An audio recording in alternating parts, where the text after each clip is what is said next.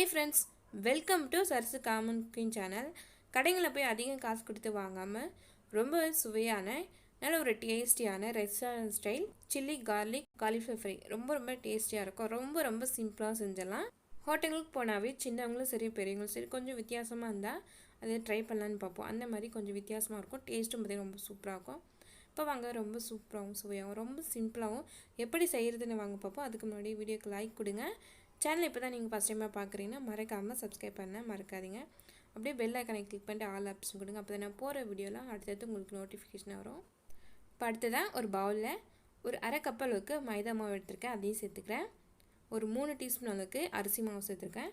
Cornflour மாவு கூட சேர்த்துக்கலாம். 1 டீஸ்பூன் அளவுக்கு இஞ்சி பூண்டு பேஸ்ட். அடுத்ததாக 1 டீஸ்பூன் அளவுக்கு தனி மிளகாத்தூள், தேவையான அளவுக்கு உப்பு, லைட்டாக ஒரு 1/4 ஸ்பூன் உப்பு சேர்த்துட்டு வறுத்த ஜீரகத்தூள் வந்து ஒரு அரை டீஸ்பூன் சேர்த்துக்கிறேன். இது எல்லாத்தையும் நல்லா ஒரு வாட்டி நல்லா கலந்து விட்ட பிறகு எல்லாத்தையும் நல்லா மிக்ஸ் பண்ணி எடுத்த பிறகு ஒரு அரை டம்ளர் அளவுக்கு தண்ணி சேர்த்துட்டு நம்ம பஜ்ஜி மாவுக்கு மிக்ஸ் பண்ணி எடுக்கலாம். அந்தளவுக்கு நல்லா ஒரு தண்ணியாகவும் இல்லாமல் ரொம்ப திக்காக இல்லாமல் இந்தளவுக்கு நல்லா கரைச்சி எடுத்த பிறகு காலிஃப்ளவர் பார்த்திங்கன்னா நல்லா இந்த மாதிரி பெருசாகவே நல்லா கட் பண்ணி எடுத்து அடுத்ததாக இப்போ நம்ம பூ எடுத்து நம்ம மாவில் போட்டுருப்பாருங்க.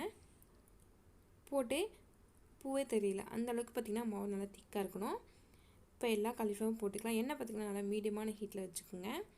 கண்டிப்பாக மீடியமாக வச்சுக்கோங்க. எல்லா காலிஃப்ளவரும் போட்ட பிறகு ஒரு 2 நிமிஷம் அப்படியே வேகட்டும். லைட்டாக செவந்து வந்ததும் திருப்பி போட்டுக்கலாம். இப்போ பார்த்திங்கன்னா லைட்டாக நல்லா செவந்து வந்திருக்கு. இப்போ எல்லா காலிஃப்ளவரையும் ஒரு ஈவனாக வேக வச்சு எடுத்துக்கலாம்.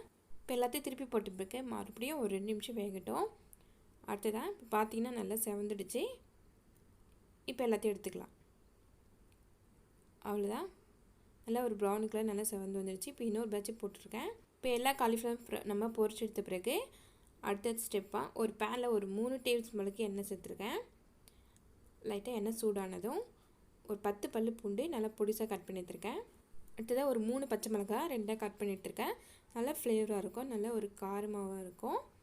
அவ்வளோ லைட்டாக நல்லா செவந்து வரட்டும். பூண்டு பார்த்திங்கன்னா நல்லா செவந்து வந்துடுச்சு. இப்போ அடுப்பை சிம்மில் வச்சுட்டு 1 டேபிள் ஸ்பூன் அளவுக்கு சோயா சாஸ் எடுத்திருக்கேன். அடுத்ததான் 2 டீஸ்பூன் அளவுக்கு டொமேட்டோ சில்லி சாஸ் எடுத்திருக்கேன். அதையும் சேர்த்துட்டு லைட்டாக நல்லா ஒரு வாட்டி நல்லா கலந்து விட்டுக்கலாம்.